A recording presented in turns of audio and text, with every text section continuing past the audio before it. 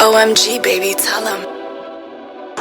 Hey there, welcome to One Take, powered by Backers. Used to be powered by Backers, now changed the name of the show just ever so recently, about 3 episodes ago.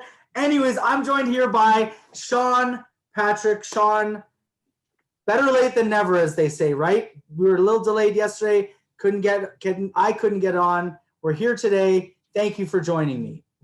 My pleasure.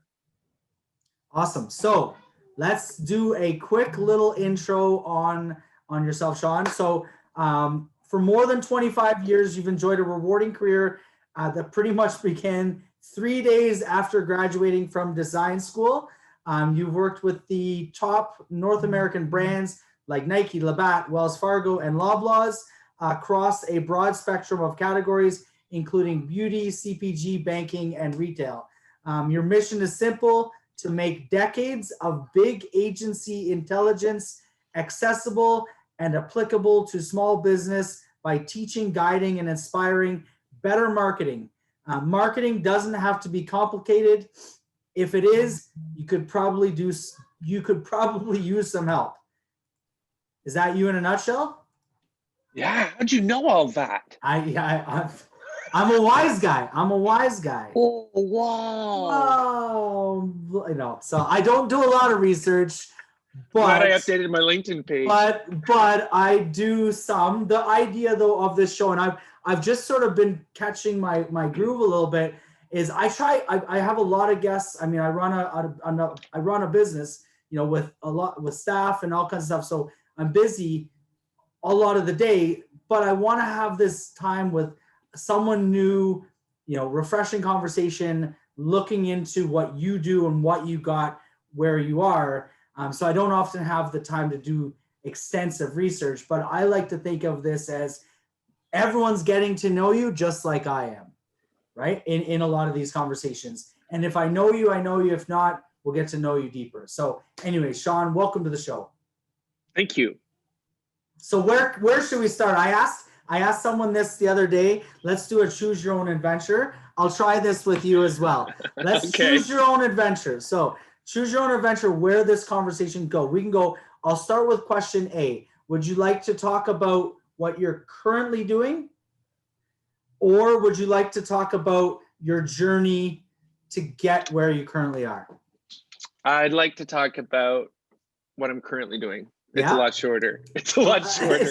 Well, we could, but I think inadvertently we'll get to how you got there.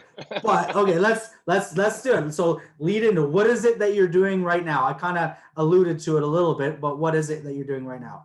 Yeah, I'm currently running 2 businesses, and I'm pretty tired.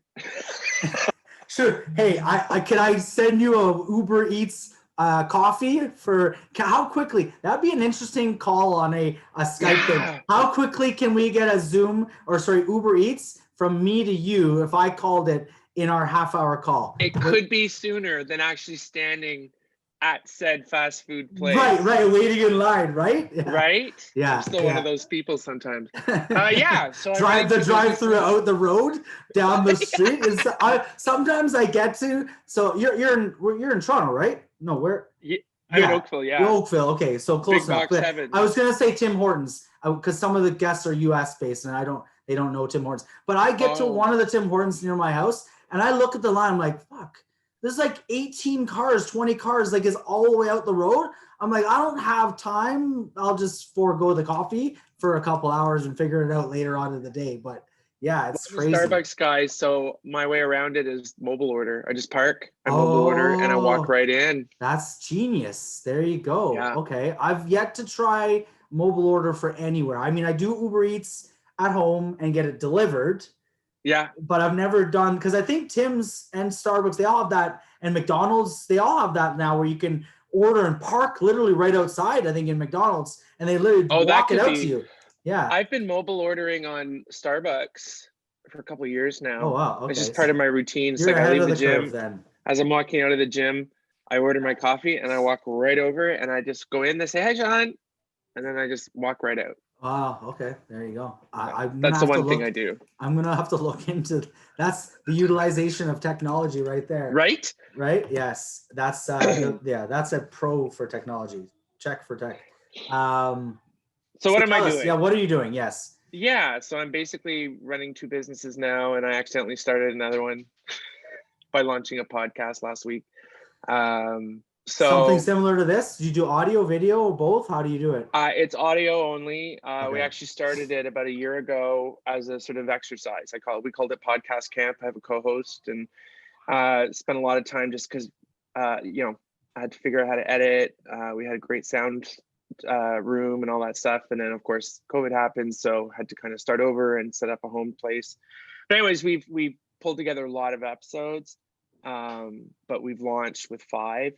And everything that comes with that, the ongoing communications, and I'm doing it with my co-host, who's a colleague and fellow strategist, and we worked a lot together, and we used to work together at Mosaic, which I think is your and my original connection. But anyways, she's brilliant, and we're a good dynamic. So the hard part's done. We actually love doing the podcast. It was just all the setup, and you got 2 marketing strategists. We're going to complicate the communication strategy and the plan more than anyone. So, right. Anyways, one of the businesses I co-run with my wife, fellow creative.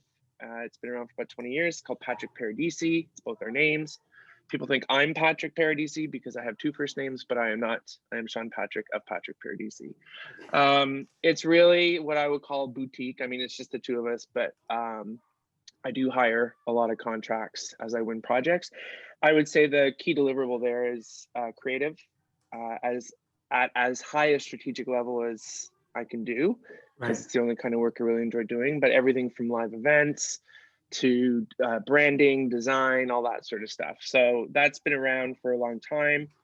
Even kept it going when I was working agency at various parts of that journey. But my wife's has always kept it going, but now it's kind of gotten, I'll say, big. We're winning projects, hiring people, and we're executing, which is great.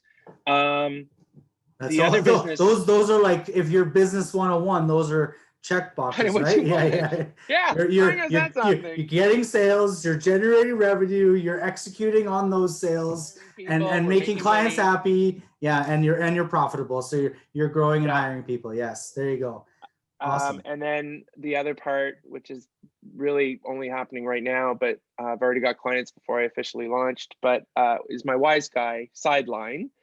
And it's really focused on strategy as it relates to branding and marketing, and taking, like what you described in that brilliant bio,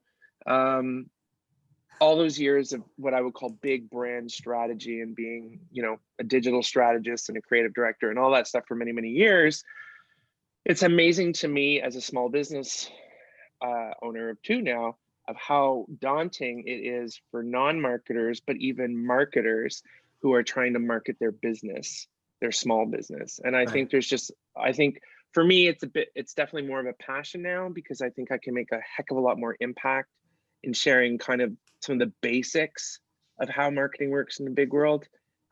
Really can make a difference to the struggling small business who's succeeding, and the only thing holding them back from growth is trying to figure out what the heck they're supposed to do to make their lives easier through better marketing. Right.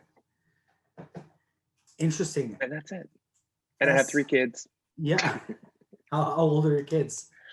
Well, there's only one left at home. I've got 22, 19, and almost 15. So we have one high school child at home. There you go. Yeah, I had a 4 and a 7-year-old, so lots of fun. Which would be why I'm starting a new business now, because there's no way I could have done it anywhere in the last 20 years. So there you go.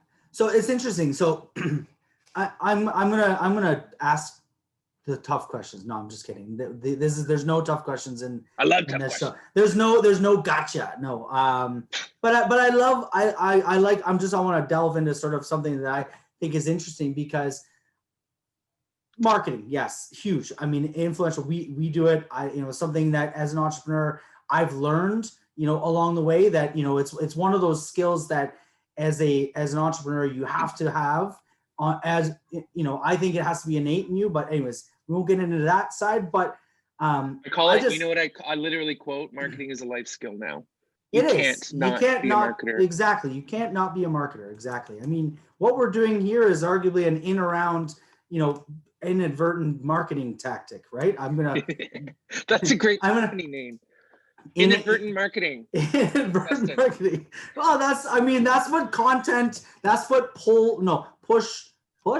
I forget which is which, but where you're kind of like putting stuff out there, the content, and that kind of just attracts people. Inbound, outbound. Inbound, that's it. Inbound, outbound, right? I know, but I always get confused, and someone in my position shouldn't get confused. This would be inbound, right? Inbound, where they're seeing it and then they call us. Yeah. Versus outbound would be us. The sales are coming in actively. You're not pushing the sale out. Yeah, exactly. So, but I think the question I would have is, and this is just a very basic question.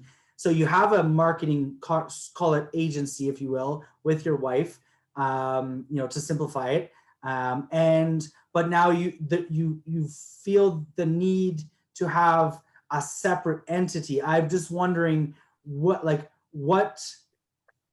delineates, why? Obviously, why? Yeah, that's why. Like, what delineates between one and the other, and why do you feel that? What was so? What was I trying to fix? Why would because couldn't you also being like, I could see if you worked for another agency and you're kind of like, hey, I want to go out on my own, right? But you're like, literally, it's you and your wife, right? I just wonder, like, couldn't you have done, and this is a question I ask myself and I've asked myself in business, couldn't I have done, and we talk to entrepreneurs all the time, working with them, on our platform, like, can you do this as part of your existing business, or what makes you maybe have to do it as part of a separate business? Yeah, it's exactly, and it was completely strategic and functional. So it's something I struggled with for all the times that I was in the driver's seat of my Patrick Paradisi, because when you come from design and you're known as an agency creative for many, many years, and then you actually choose to become a runner, I ran agencies for other, built creative aspects of agencies, all that stuff, and really enjoyed it all. But it gets too good to be true. And when you have to market yourself, right? So Patrick Paradisi is truly just us marketing ourselves. We work from home. This is, it actually works to our benefit in a lot of cases when it comes to low overhead, when it comes to, attracting the right people. But when I'm a creative director on some kind of video project, or if I'm a designer on some kind of UX project, these are all the kind of things I've done in my career. And I started as design, so creative is definitely something I'll never let go of. But it actually compromised the value of someone who's saying, I need a business strategist, I need a strategist, I need a digital strategist. And it's like, oh, okay, I can do that. Okay, but aren't you going to execute the campaign? So literally what I would do is, as the figurehead and head of sales of Patrick Paradisi, a lot of the work that I brought in was based on, a lead. What was the opportunity? They talked about what they needed, which was typically, or I shouldn't say typically, but often very tactical. From my experience, I couldn't just say, yeah, we can do that. It wasn't just about making money by producing stuff, but it was like, oh, I don't know if that's the best, want a website. Are you sure? What do you mean, am I sure? I just want a website. How much will it cost? And be like, well, can I ask a few questions so I understand whether a website is the best investment for you based on a few things? So It's always how it works, because I can look at things from multiple perspectives. And if I had a strategist, if I was working with a strategist and that strategist came in going, okay, we're working on a content strategy, but we need to budget and do a plan for all the creation of the content. Well, I could very easily play that role of the creative director or the content creator, all that sort of stuff. But when it comes to outside understanding, it's like having your storefront and you're a barber, but you also bake great cakes. At what point are you going to attract people to walk through your barbershop? You know what I mean? It's that storefront got very confusing. And I think I was losing a lot of the business I love the most, which is truly the strategy opportunities, and even more specifically, the small business strategy opportunities. Because it's very easy to look strategically at a small business's problem and solve it very simply. It's like, this is the one thing you need to start doing. Or do you realize you've been doing this wrong and all you have to do is do it this way? It's this what? So what I started to learn was I offered great value with, I'll say, minimal effort, maybe because it's just so much more You're intuitive. rewarding. You've done it. And it's just so much more rewarding because Right. you're sitting with a person, they're a small business, you get, you don't go away and say, okay, I'm going to need all your transcripts and I need your data. It's kind of like, let's have coffee. I'll find out what I need to know. Right. And let me go away and kind of look at all the processes I've built over the years and do some research. I do a lot of research because now it's so accessible and I have access to a lot of different resources, big business, small business. So what I really hope to do is, as much as Wise Guy is a sideline, I really like doing things for small business. Now, small business, people like define small business. Small business is really basically not being a national brand. I was going to say anything but a Fortune 500, essentially. Right? Yeah. So it's that, oh, what's that line? But it's already, so I was very careful in doing it, how I put it out there. And even when I launched it somewhat on LinkedIn, it wasn't about there's Wise Guy and there's Patrick Paradisi. But what I've learned is I leverage the personal brand of Sean Patrick. Sean Patrick has these storefronts. Talk to Sean Patrick and he'll tell you which storefront to use. So it's almost like, it's like you, the barber, if you stood in front of your store and said, what do you need, a haircut or a cake? Right, yeah. Like, okay, I think I get it now. So you're kind of, you're like diffusing the confusion by having sort of like a, like you said, a doorman. Diffusion of confusion. Yeah. Diffusion of confusion, right? Yeah, there you go. Yeah, exactly. Because there was confusion. That was the problem. And it was like, and I think that that's something in practicing that myself, I've got a lot of wisdom to, not just because I did it once, but I put a lot of my practical experience on the brands I do work for and kind of thought, the customer's confused and I can be as frustrated as I want, but it's because my brand isn't doing what it needs to do. It's funny. This is completely side, but it's sort of, I used to work in the sort of mutual funding industry and I used to be a wholesaler and worked with advisors. And I used to go into investment advisors, just go meet with them all over Ontario. And there was a couple, and if they're listening, so be it. I used to walk in, so the meetings at their office, right? So we'd go out to their office. And we're talking, 15 years ago, right? So we're talking when, most people had an office space, right? If you wanted to be, respected in a business, you had an office space, like a legit, I don't care where it was or what it was. So anyways, I'd show up and I'd be like, this is somebody's house. And then you'd show up at people's houses because I didn't know, like I'm going to like Waterloo and I'm like, or some little random, I mean, not the Waterloo's small, but like random, like all over Ontario. Yeah, so you don't know if it's, I don't know what street they are or what the address. I'm like, there was not even Google Maps. So I'm literally like, just, we're talking like almost pre-Google Maps. So I'd show up to a house. I'm like, am I at the right? I'm like, yeah, the street said this. It's like, don't you feel and then I'm like like knocking on the side door. Well, and then I'm like, and then he's like, yeah, come on down. But the point I'm making is I would not, as an investor, put my money with the guy whose office, and literally there was the one guy, this was the funniest. He had his secretary showed up every day, not his wife, not related. She sat at one side in a room in the basement. Like you had to go through sort of the living room of the rec room into like this back room. There'd be a couple of filing cabinets. She's sitting off in the corner in a desk, right? And pretending they're professional. Pretending they're professional in this guy's fucking basement. Let's play Office. And I was like, my God, I'm like, I don't care. You're our client. That's fine. You do what you got to do. But my point is sort of to your point. If I walked in and I was if I was a client of his, I would walk out.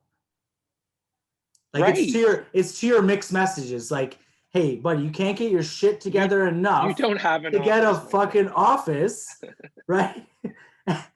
Why am I investing money in you? Like, I don't know. Right, why am I investing with you? Like there's so many other options, right? And that's why I spent so much time on my Wise Guy brand. I actually hired a strategist because I was just finding that, I thought I need to be I need to be feeding the strategist what my needs are. And then once the strategist does stuff, I'll be the one to create the messaging and the creative around it. But it took a long time because in absence of a physical location, which is what you should Now aspire it's to do. and that's now it's irrelevant. That brand has to do all of that for you. Like I did. My wife and I, when we were really growing and we had employees, and we were renting office space, like for example, from Mosaic, we were Suite 109. Right. And it was really just because as soon as we have to meet with people, and even back then, this is, I don't know, 15 years ago, you don't go out for coffee for meetings. Like that was a sort of, you went out for coffee for interviews, but you didn't, you know what I mean? Like it was so different. Yeah. So it's that physical space, and now, we work in our basement now. Yeah. Oh no, I mean the world has changed, obviously. But nobody comes over. I mean, here's my kids. We're gonna. There you go. Where is he? Are you there? Hey. No, there's no kid. He's invisible. Right Ah. There he is. There, yeah. He's like, what? I think he's waving back. There's one of them, anyways. So so it's like now more than ever, your space defines you in a digital way. So it's like your brands have to be so that you can control them. Yeah. And the reason I brought this story up was more the confusion, right? Like if I was walking in and I was looking for an investment advisor and I walked into someone's house, I'm like, wait a second, is this guy baking me cake or is he am I gonna get my haircut? My stocks? Yeah, exactly. Am I walking into a basement haircut or is he gonna pick stocks for me? Right? Like it's kind of mixed messages, right? Interesting. And so you've now and I guess you can now brand Wise Guy as you being that brand strategist for those small businesses, where now you can have that Wise Guy conversation with the small business, right? To say, this is, let me learn about what you're doing based on, what you've just told me. This is what you should be doing. That'll be, I don't know if you charge hourly or whatever, but it's irrelevant. But that, you've now provided value in a very specific fashion versus maybe where your agency is sort of this all-encompassing, hey, you want a website, hey, you want this, hey, you want that. And you're probably giving away your advice for free value for the sake of doing good work down the road. And another reason was the revenue model. As a creative, when you go off on your own, a lot of people is, how much are you an hour? Before that, it's how long is a piece of string? And they'd be like, look, I'm not cheap, but what do you need? So the pricing model for Wise Guy is not based on a rate. It's a delivery. Value based. Okay, well, I do discovery at this value based. Absolutely. What's kind of funny though, is as much as we're talking about an industry of creatives that isn't value based, it's actually commoditized, which is so weird. You can't commoditize human talent, but that's what the world does. Like, I've learned my lesson, but it's sort of like starting fresh. I just won a project as Wise Guy. I've won a few, some were one-on-ones, some were smaller things. And two of them turned into bigger projects where they actually wanted the execution of the content. Right. So I just say, just so you know, that's going to be Patrick Paradisi. So actually, I'm going to probably have other people working on it. And I'm going to shift my role. I'll still be your key client contact, but I'm going to shift my role as a creative director because now you need that. When you don't say that up front, but they're like, okay, so how does that? And I have another client that said, you know what, for the sake of our UK parent company, probably best if you just stick to that one. I said, no problem. Just know that I'm going to be billing you from the other company. And they're like, no problem.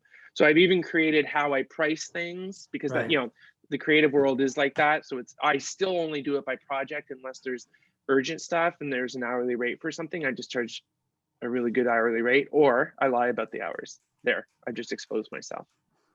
You know what's funny? I'll expose myself. We're growing. We've got, demand, and we do a little bit of everything. I mean, we have a funding platform that we've built out, but the one thing that I was on Upwork. So I was actually looking for a very specific role, someone to build out a kind of like an education platform. And so I was looking through Upwork one day and just kind of looking at stuff. But I noticed one guy though, and I thought it was kind of interesting. I'll bring it up. So he was charging $1,000, $999 an hour to write email copy. And his like pitch. So I mean, arguably people are like, no fucking way am I paying whatever. Right. But his pitch was like, hey, I'm going to write you email copy that's going to convert. So what is that worth to you?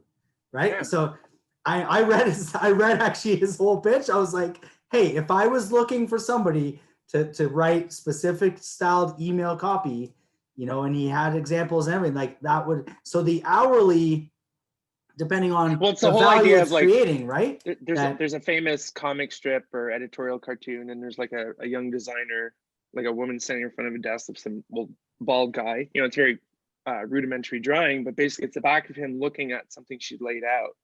And he goes, yeah, it's exactly what I want. I just don't understand why I have to pay you $100 for something that took you an hour. And she says, you're not paying for the hour, you're paying for the 10 years it took me to learn how to do it in an hour. Exactly, and I mean, that was like about 10 years ago. There's a guy named Tim Williams who, if you don't know him, find out who he is, because this whole thing is about value pricing and agency. But it's just, the logic is gone. So yeah, so it was me to put it to the test and to say, okay, I have lots of different ways I charge, but Wise Guy is going to be very pure. And it's going to be very targeted to a smaller audience. But there's such separate audiences. What I've learned, because I did the targeting, they don't overlap.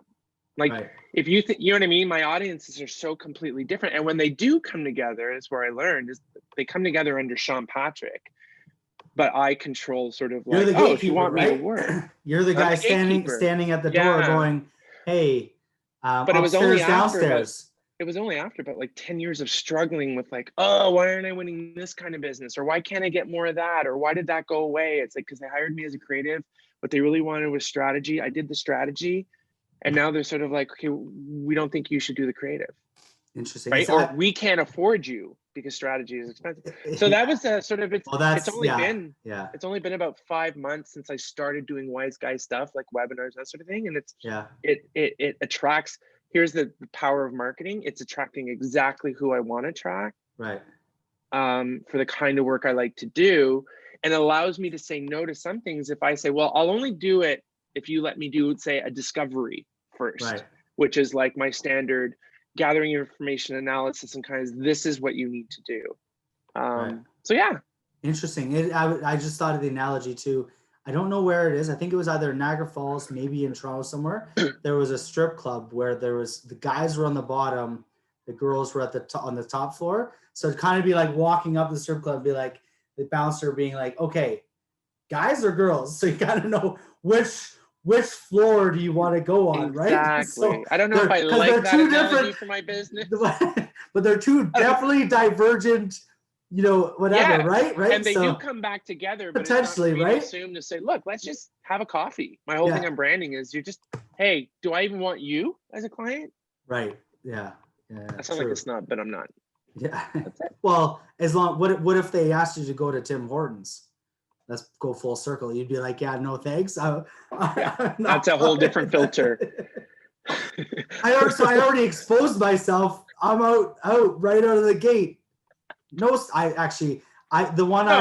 don't judge you for drinking Tim Hortons. I get both. I don't judge you for drinking Tim Hortons. I just won't meet you at Tim Hortons. Okay. You don't want to meet there. That's fine. We'll just do a virtual call. Yeah, virtual like this. Exactly. Right? No judging. No judging. But if someone wants to meet, you got to buy me a Starbucks. So what's your drink at Starbucks then? Just a grande Pike place. Just a coffee every day after the gym.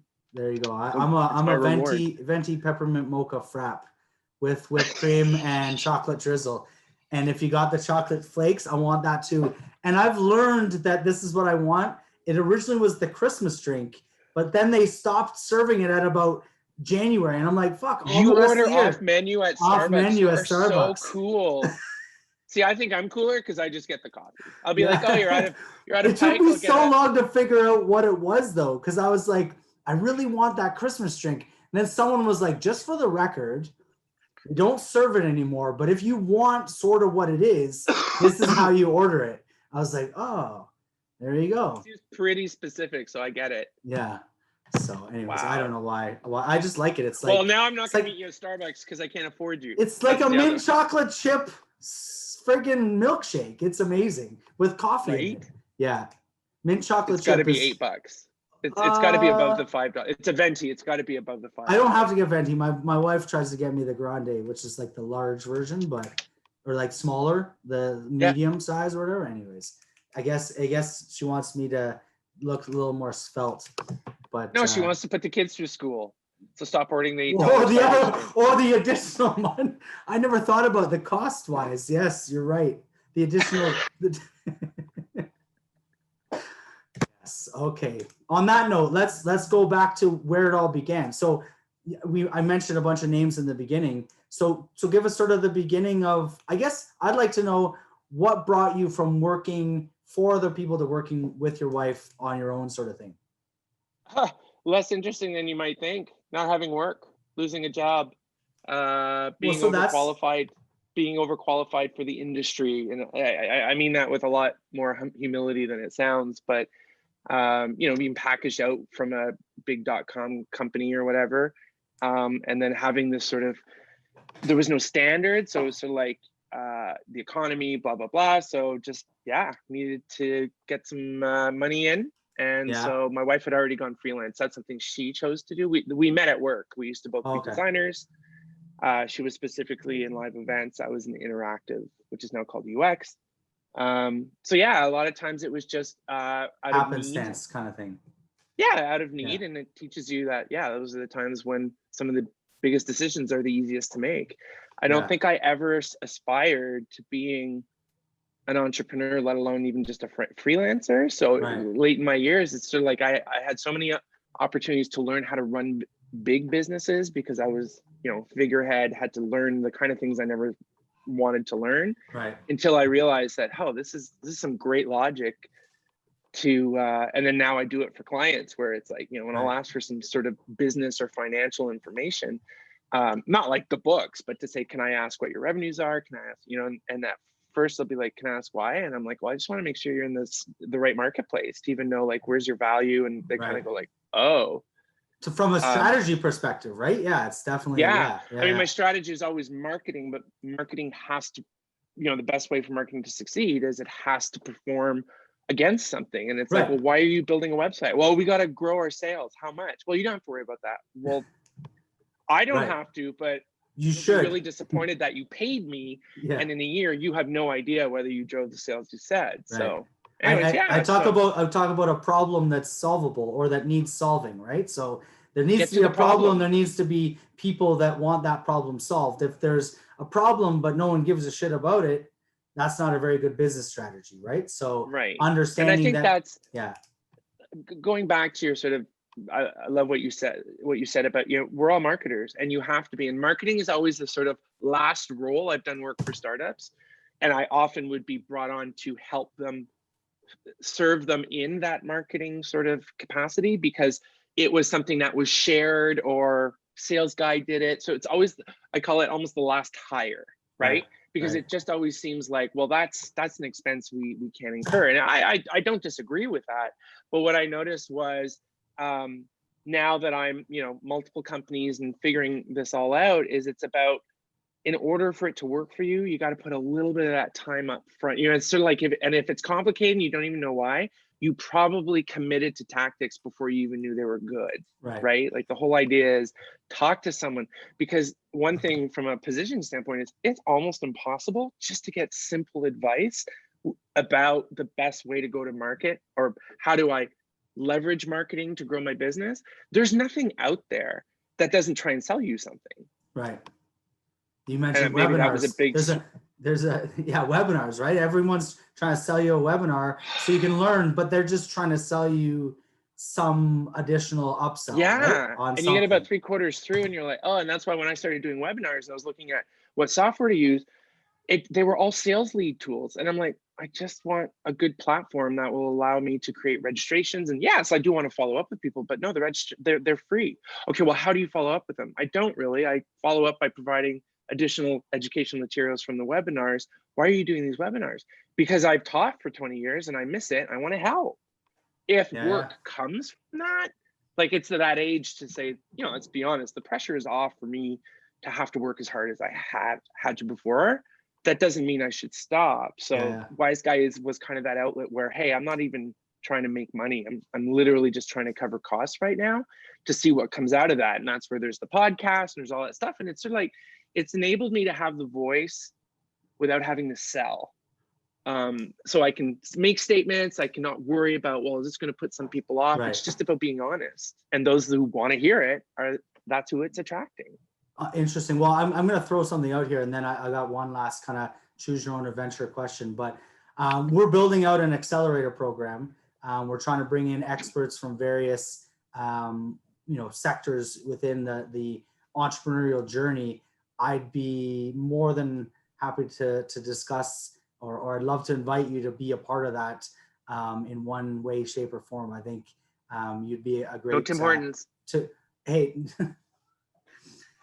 Sounds good. I Yes. love it. That's what I mean. That's where I love to just be exposed to this stuff and see if I can help. And if I can, I'll let you know. And then, I mean, everyone going through there is obviously then, got different diverging paths that will, lead to obviously using our platform to raise capital. But there's other aspects where I think, just to kind of give you an idea, it would also be an opportunity to meet new people throughout the process, or for sure people to meet in that you demographic. In that demographic, right? For startups, like wealthy small business owners. Yeah, exactly. Who know how to run it, who know what they don't know. Like that's the exactly. Who know they don't know, right? The more you know, the more you know you don't know. They've made a lot of money doing what they know, and now they want to make more money, and they know that they don't know how to do it. Exactly. Call me. Yeah, I'll help you spend that money. There you go. That's who we're working with, or we're gonna help them get the money to spend it. That's what our platform, right? So value. It's all value. Value. Exactly. What's the choose your own adventure? Choose your own adventure. Here you go. Question A is one word. If you could come up with one word, one piece of advice that you would want to say or give to a younger Sean, let's say, go back in time, or to someone else coming up, what would that one word be? Number 2 is you're standing on the edge of a cliff, or potentially in the eye of a tornado, something along those lines. Is that what you want? A jump. No, you're about to perish. You've got I'm your only outlet to the world, family, friends, loved ones. What are your last words? It's kind of this, it's funny. They're very similar for both. It's same 2 words. Okay. Yeah, it's 2 words. Well, then you cheated on number 1. Why? One word. No, I'm just kidding. Go ahead. I'm not telling you now. Okay. I'll see you at Tim Hortons. It's no regrets. No regrets. Like the guy in the movie, No Regrets. Have you seen that one? In the movie, have you seen that where he spells it wrong? No, what is that? I love it though. It's I forget the Jason. Who's the guy in Ozark? What's his name? Jason Bateman. Jason Bateman. So he's in a movie. They're on the run in some sort of, I forget. He's like a bank robber. I don't know what the context is. And they're on the run. They're in a motorhome, and his daughter, I think it is, or maybe the daughter they're playing in this role, whatever. It's not Jason Sudeikis and We Are the Millers. No, it's not. Pretty sure it's Jason Bateman. But anyways, the guy has a tattoo.